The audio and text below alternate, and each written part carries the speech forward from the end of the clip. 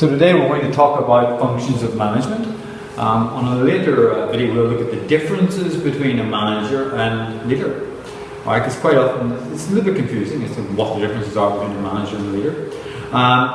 So today, functions of management. What does a manager do? I am a manager. I'm a head of department for commerce, which in this school is economics, business and enterprise. There's 5.2 teachers who teach within this subject area.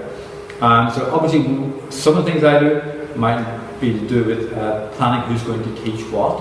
Obviously we put into place things like schemes of work, lots of activities. We think very clearly about what we do, say at the start of year 12, and maybe what we do towards the end of year 13. Where do we place the internal assessments? The types of assessments we're going to do. I write most of the assessments for the business, certainly. Okay, and we make sure that teachers have lots of training so that they're able to teach the students to a very, very high standard. And I guess the end output for me, and for my staff, and for you, is the final exam grades. Obviously, for managers in other parts of the school, like the CAS coordinator, they may have different objectives. But my primary objective, crudely, is about trying to make sure that you get good exam results.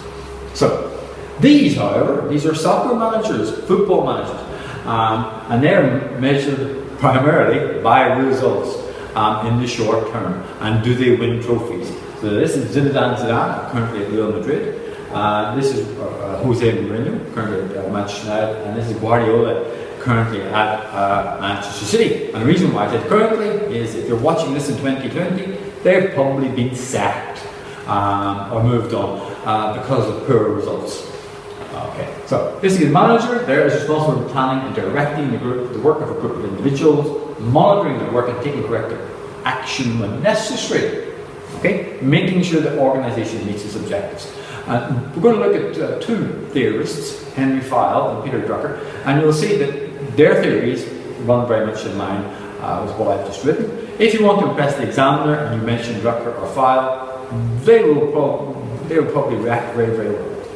So, this is Henry Fyle. So he said basically what managers do is they plan, they organise, they command, they coordinate, and they control.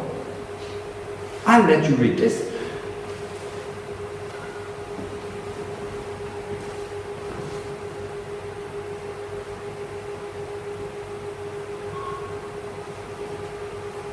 And Peter Drucker, he introduced management by objectives. Now I'll talk a little bit more about this.